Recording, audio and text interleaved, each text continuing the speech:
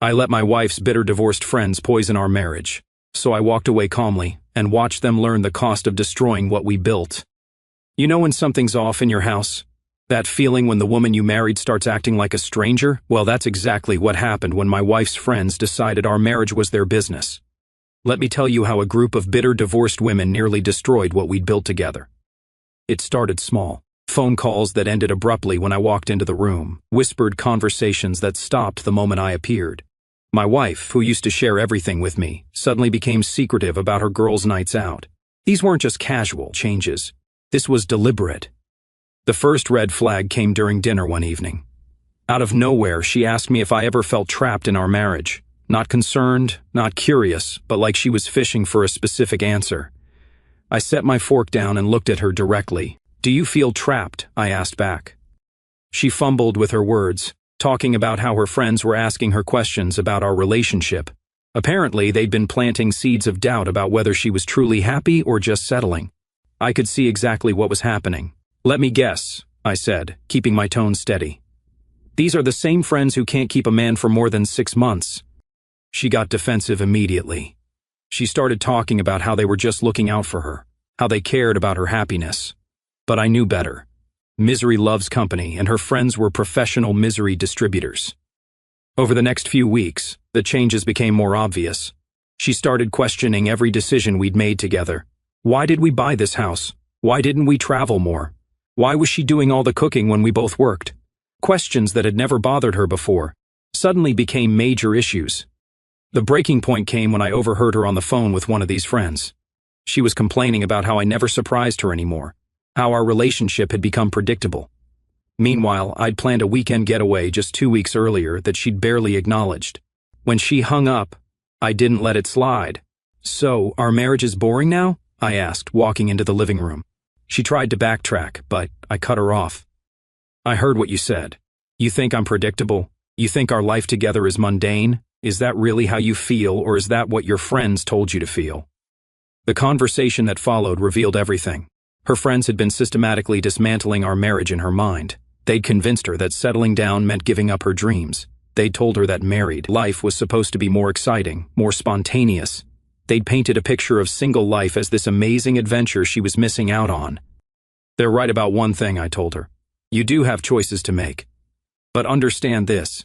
If you choose to listen to women who destroy relationships for sport, don't expect me to compete for your attention. I won't beg you to see what we have." She accused me of being controlling, of not wanting her to have friends. Classic deflection. I wasn't trying to control her friendships. I was pointing out how her friends were controlling her thoughts. "Look around," I said. "Show me one of your friends who has what we have. Show me one who's built something lasting with someone. They're not giving you advice from a place of success. They're giving you advice from a place of failure." But the damage was already done. She'd been convinced that our stable, loving marriage was actually a prison. Her friends had convinced her that she needed to find herself, that she'd lost her identity in our relationship. The final straw came when she announced she needed space. Not a weekend away, not a few days apart. She wanted to separate temporarily to figure out what she really wanted. I didn't argue. I didn't plead. I didn't try to change her mind. "You want space?" I said. "You'll get all the space you need.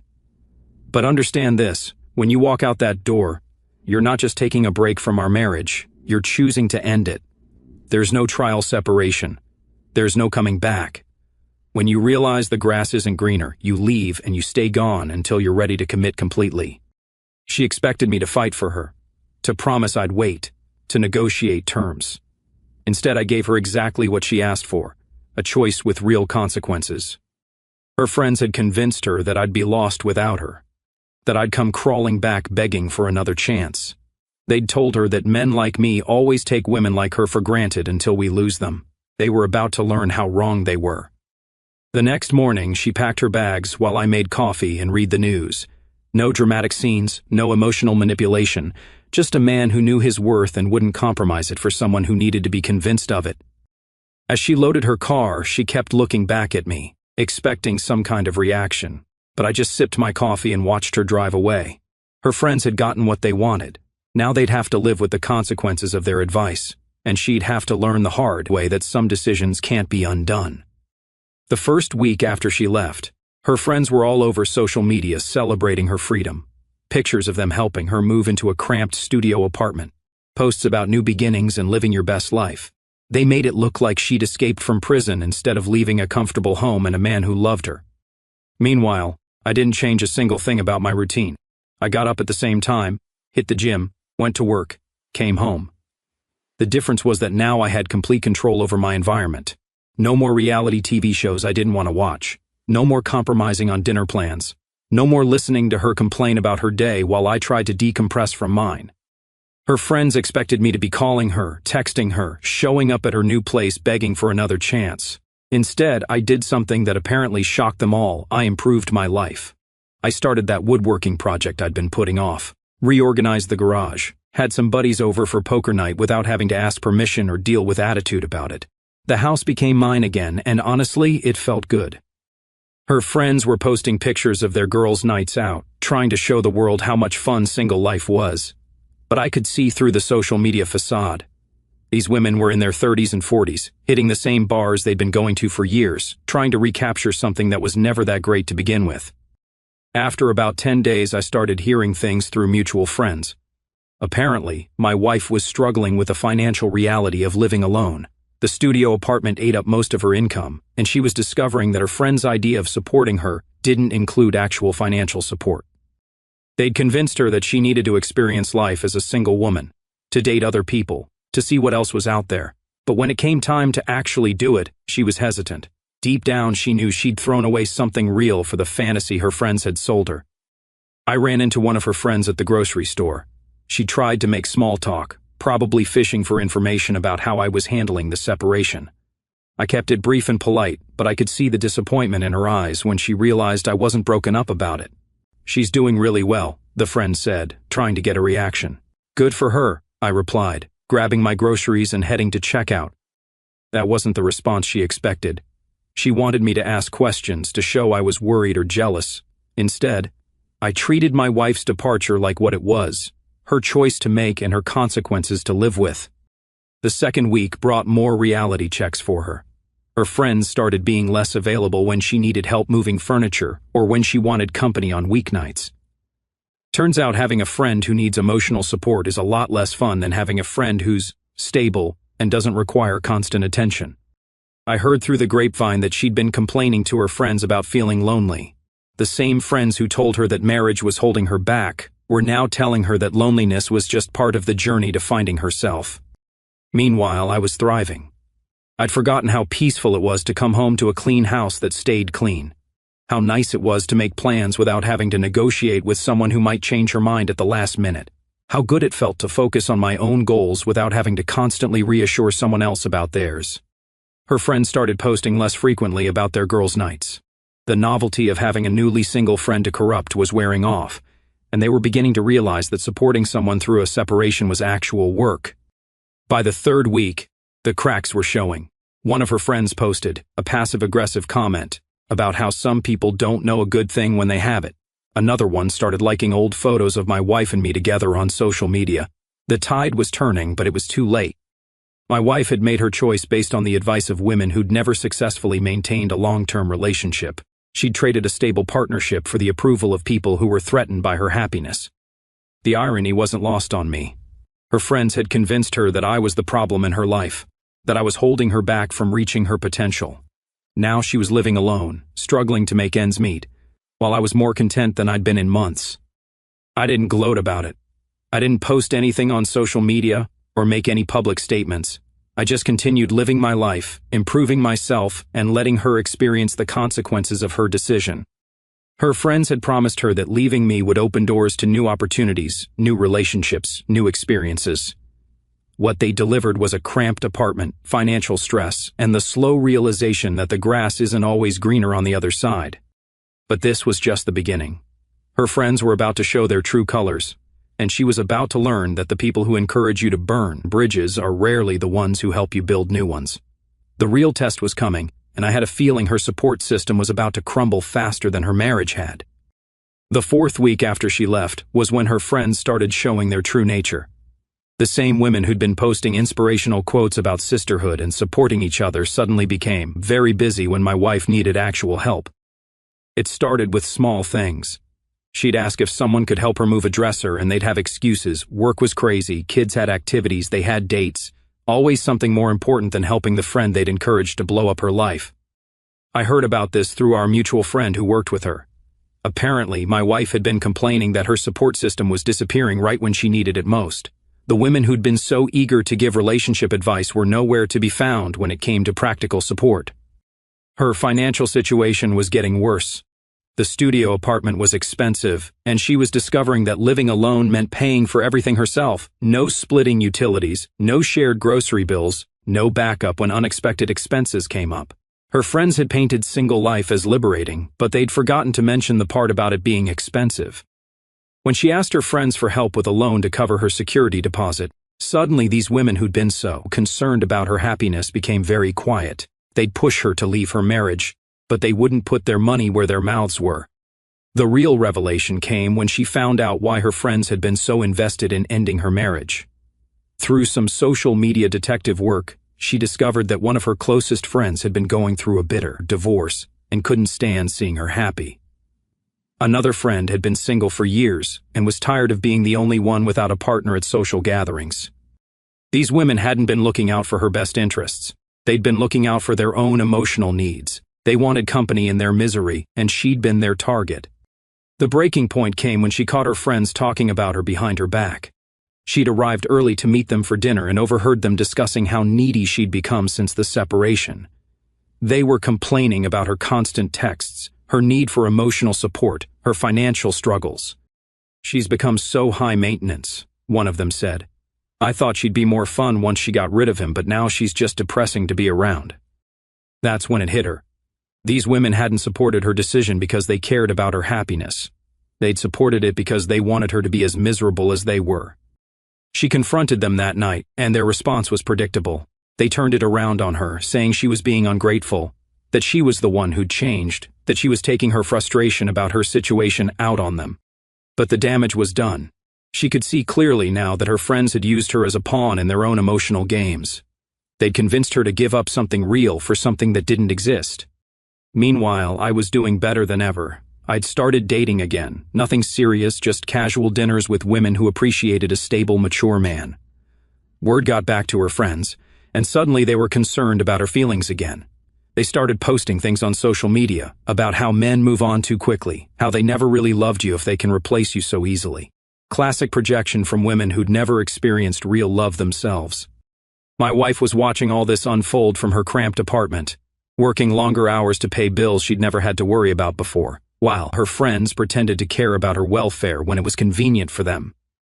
The woman who'd left me to find herself was discovering that the self she'd found wasn't nearly as happy as the self she'd been when we were together. And the friends who'd promised to support her journey were showing their true colors now that the novelty had worn off. She was learning a hard lesson about the difference between friends who celebrate your happiness and friends who celebrate your misery. Unfortunately for her, she'd chosen to listen to the wrong group. Her friends had gotten what they wanted. They'd successfully destroyed her marriage. But now that she was dealing with the consequences, they were nowhere to be found. They'd moved on to their next target, their next project, their next opportunity to spread their misery. She was alone, struggling, and beginning to understand that she'd been manipulated by people who didn't have her best interests at heart. The women who'd convinced her that she deserved better had delivered something much worse. And the man they'd convinced her to leave was thriving without her, proving that sometimes the best way to show someone what they've lost is to simply move on and be better without them. The friends who'd promised to catch her when she fell were letting her hit the ground hard. By the 6th week, my wife was completely on her own. Her friends had moved on to whatever drama was keeping them entertained that month, leaving her to deal with the mess they'd helped create. The group chat that used to buzz with activity about her new life had gone silent when she actually needed support. I found out about her situation through my neighbor, whose wife worked with one of her former friends. Apparently, my wife had been reaching out desperately, asking for help with everything from moving furniture to borrowing money for groceries. The same women who'd been posting about female empowerment and supporting each other were suddenly too busy to return her calls. The reality of her situation was hitting hard. She was working overtime just to cover rent on that tiny apartment, eating cheap meals, and spending most evenings alone while her friends enjoyed their regular social lives without her. The exciting single life they'd promised her turned out to be isolation and financial stress. She tried reaching out to me indirectly through mutual acquaintances. Casual questions about how I was doing, whether I was seeing anyone, if I seemed happy. I kept my responses simple and neutral. I wasn't angry or bitter, but I also wasn't available for her emotional support. One of our mutual friends eventually told me directly that she was struggling and seemed to regret her decision. My response was straightforward. She made her choice. Now she gets to live with it. That wasn't what people expected to hear. They wanted me to show concern, to offer help, to demonstrate that I still cared. But caring about someone doesn't mean rescuing them from consequences they chose for themselves. Her friends had painted me as controlling and unsupportive. But now that she was living without any support at all, she was starting to see the difference between a partner who had expectations and friends who had none. I'd expected her to communicate, to be loyal, to work through problems together. Her friends had expected nothing from her except drama to keep them entertained. The breaking point came when she had a minor medical emergency. Nothing life-threatening, but she needed someone to drive her to urgent care and pick up prescriptions. She called her friends first. Every single one had an excuse. Work commitments, family obligations, prior plans they couldn't change. She ended up taking an expensive rideshare service and handling everything alone. That night, sitting in her empty apartment with prescription medicine she could barely afford, she finally understood what her friends had actually given her: nothing. Meanwhile, I was rebuilding my life exactly how I wanted it. I'd reconnected with old friends I'd lost touch with during the marriage, started new hobbies, even began talking to a woman I'd met at a work conference who appreciated my straightforward approach to life. Word got back to my wife about my social life, and suddenly she was posting cryptic messages on social media about people who move on too quickly, about how some people never really loved you if they can replace you so easily. The same tired complaints her bitter friends had been making for years. But here's what she didn't understand. I wasn't replacing her. I was returning to being the man I was before. I'd spent years walking on eggshells around her insecurities and her toxic friends. I was rediscovering parts of myself that I'd compromised away in the name of keeping peace. Her friends had convinced her that I was the problem, that I was holding her back from being her true self. Now she was discovering that her true self, without the stability and partnership I provided, was lonely, struggling, and vulnerable to manipulation by people who didn't actually care about her. She'd traded a man who loved her despite her flaws for friends who loved her because of her flaws. The difference was becoming crystal clear.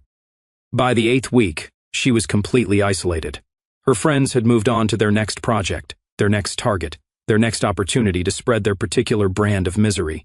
She was left dealing with the consequences of following advice from people who'd never successfully maintained anything long-term. The woman who'd left to find herself was discovering that the self she'd found was weaker, lonelier, and more dependent than the self she'd been when we were together. And the support system that had encouraged her to leave was nowhere to be found when she actually needed support.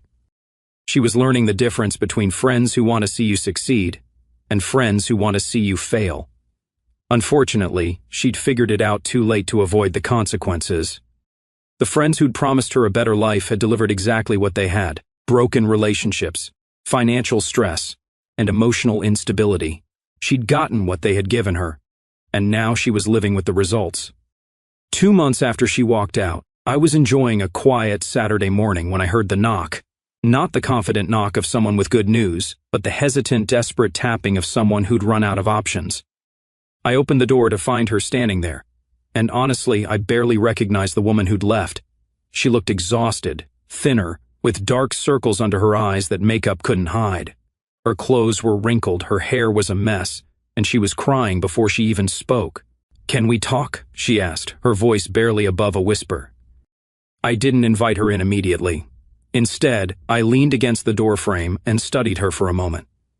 This was the woman who'd told me she needed space to find herself. Apparently, what she'd found wasn't particularly impressive. "What do you want?" I asked, keeping my tone neutral.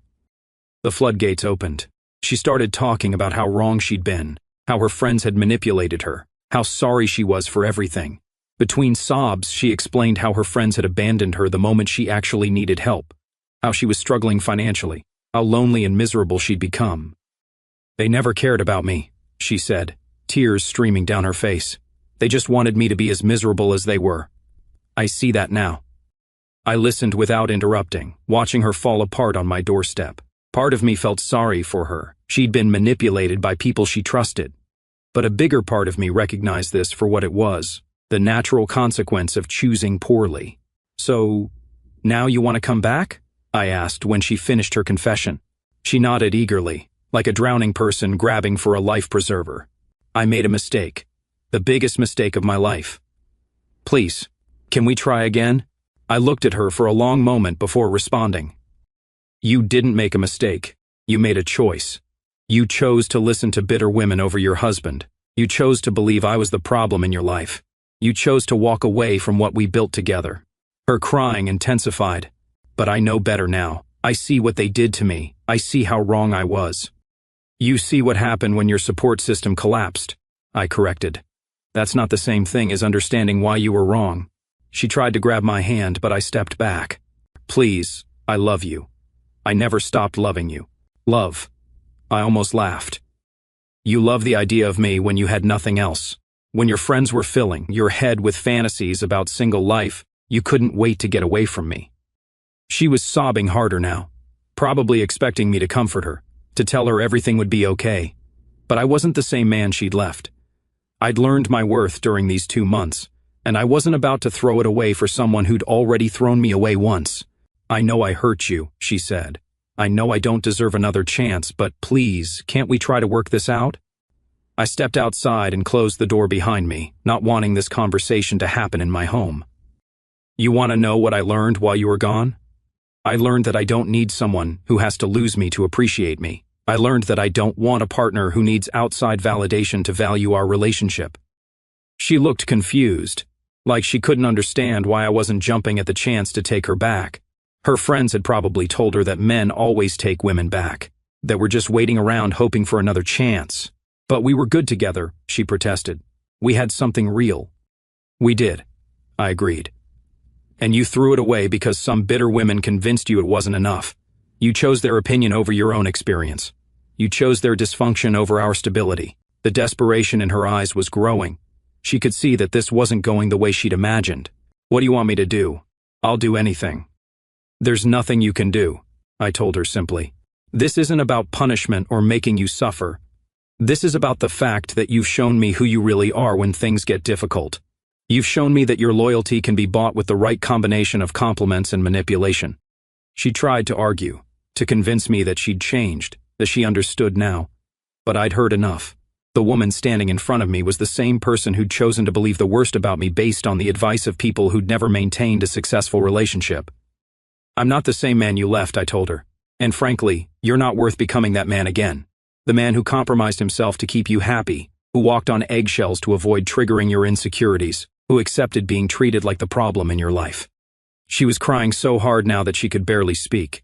This wasn't how she'd imagined this conversation going. She'd probably expected me to be grateful for another chance, relieved that she'd come back. Instead, she was learning that some bridges once burned can't be rebuilt. Some choices have permanent consequences, and some people, once they've shown you who they really are, don't get the opportunity to hurt you again. She stood there sobbing for another few minutes before I decided to end the conversation. But as I turned to go back inside, she grabbed my arm with a desperation I'd never seen before. "Wait," she said through her tears. "What would it take? What would I have to do for you to even consider giving us another chance?" I stopped and looked at her carefully. The question itself revealed everything I needed to know. She was still thinking in terms of quick fixes, of things she could do to get back what she'd thrown away. She didn't understand that some damage is permanent. "You really want to know?" I asked. She nodded frantically, hope flickering in her eyes for the first time since she'd arrived. "First, you cut all contact with every single one of those friends. Not just the ones who abandoned you, all of them.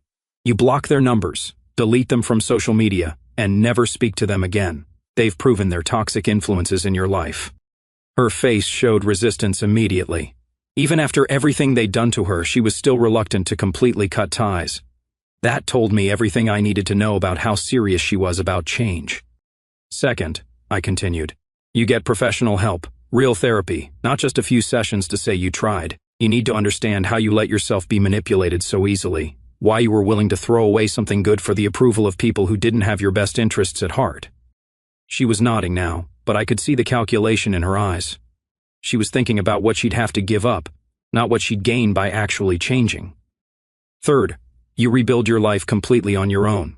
You don't move back in here. You don't get financial help from me. You don't get emotional support while you figure things out. You prove you can be a stable, independent person before you even think about being part of a partnership again. The hope in her eyes was starting to fade as she realized these weren't simple hoops to jump through. These were fundamental changes to who she was as a person.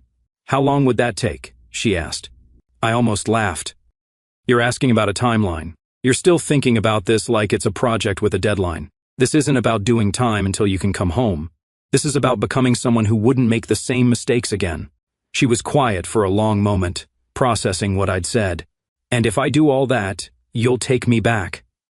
No, I said simply. If you do all that, I might consider whether the person you become is someone I'd want to build a new relationship with. But there are no guarantees. There's no promise that fixing yourself will fix us. Her face crumpled again. She'd been hoping for a roadmap back to what we had, not a requirement to become someone completely different. But that could take years, she protested. It could, I agreed. And that's assuming you're even capable of making those changes, which I seriously doubt. Most people would rather stay broken than do the work to fix themselves. She looked at me like I was being unreasonably cruel, but I was being realistic. The woman who'd chosen to believe her bitter friends over her husband wasn't going to transform into someone trustworthy overnight. What about us? She asked. What about what we had? What we had ended the day you chose their opinion over our marriage, I told her. You can't unring that bell. You can't unknow that when things got difficult, your first instinct was to listen to people who wanted to see you fail. She was crying again, but differently now. Not the desperate tears of someone trying to manipulate a situation, but the broken tears of someone finally understanding the magnitude of what they'd lost. I know I don't deserve another chance, she said quietly, but I love you. I made a terrible mistake, and I'll regret it for the rest of my life. Good, I said, and I meant it. Regret might be the only thing that keeps you from making the same mistake with the next man who's foolish enough to trust you. That hit her hard, the idea that there might be someone else, that I might build with another woman what she'd thrown away with me. I should go, she said finally. You should, I agreed. And don't come back unless you've actually done the work to become someone worth coming back to. And even then, don't expect anything. She walked away slowly, looking back once before getting in her car. I watched her drive off, knowing this was probably the last time I'd see her for a very long time, if ever. The woman who'd left to find herself had found exactly what her friends had promised: loneliness, regret, and the consequences of choosing poorly.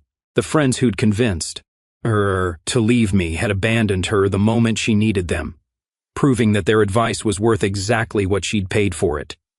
I went back inside to my peaceful house, my stable life, and my bright future. I'd learned something valuable from this experience. Never compromise your worth for someone who needs to lose you to appreciate you. She had her answer now. The terms were on the table. Whether she was capable of meeting them was her problem to solve. I had better things to do than wait around to find out. Our story has come to an end. If you've made it this far, how about subscribing to our channel?